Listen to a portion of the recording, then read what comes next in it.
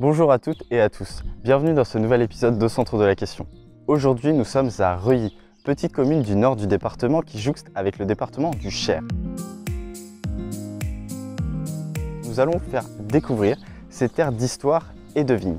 C'est l'abbaye de Saint-Denis, une seigneurie religieuse qui se vit confier les terres de l'actuelle commune de Reuilly. Encore aujourd'hui, de nombreux monuments démontrent cette appartenance religieuse forte et qui dura jusqu'à la Révolution française. Réputée pour son vin, la commune compte plus d'une dizaine de vignobles et des centaines d'hectares de vignes qui font la richesse et le charme de la commune. Mais Reuilly, ce n'est pas uniquement un patrimoine viticole, c'est également un patrimoine historique. Derrière moi, dans l'église de Reuilly, se trouve une crypte datée de l'époque carolingienne. Mais dans la commune, on trouve également le château de la Ferté, seul château de l'Indre datant de l'époque de Louis XIV. Tout ce patrimoine fait de la commune de Reuilly l'une des plus belles villes du Berry que nous vous proposons de découvrir aujourd'hui.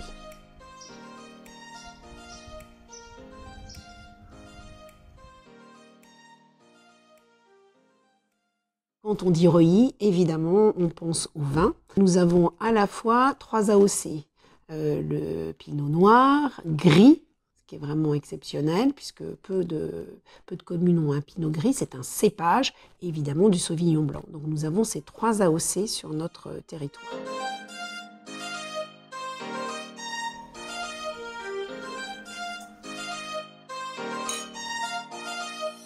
Le pinot gris, donc c'est un cépage qui s'adapte très bien au terroir de Reuilly et qui est connu, on va dire, pratiquement dans le monde entier.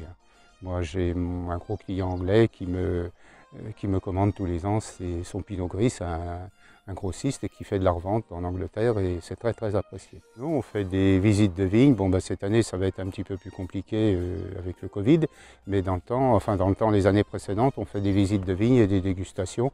On explique notre métier carrément, parce que c'est toujours enrichissant de connaître le déroulement de la vigne.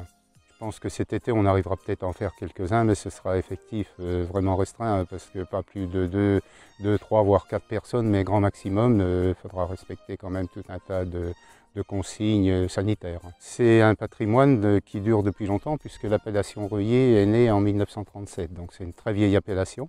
Et à partir de là, je pense qu'au niveau économique et développement, on a quand même un gros rôle à jouer parce que c'est quand même un bassin d'emploi. Le vin, ça évoque la gastronomie, ça évoque tout un tas de choses, la convivialité aussi, parce que bon, au jour d'aujourd'hui, je pense que les gens ont changé les méthodes de consommation. Et quand ils ouvrent une bouteille de Reuilly, c'est vraiment pour se faire plaisir. On entend beaucoup de retours et de compliments. Une chose qui n'est pas très fréquente et qu'il faut trouver au bon moment, c'est la fleur de raisin. Donc ça, c'est compliqué parce que là, voilà, la fleur de raisin, c'est ça. Alors c'est très compliqué, c'est ces petites étamines là qui sont fleuries et qui vont tomber et qui vont faire le grain de raisin après qu'on aperçoit ici, parce que la fleur de vigne dure en gros qu'une journée. Et ensuite, ça développe, les petits pédoncules tombent comme ça là, et le grain de raisin commence à sortir. Là, on aperçoit des petits grains qui commencent à se former.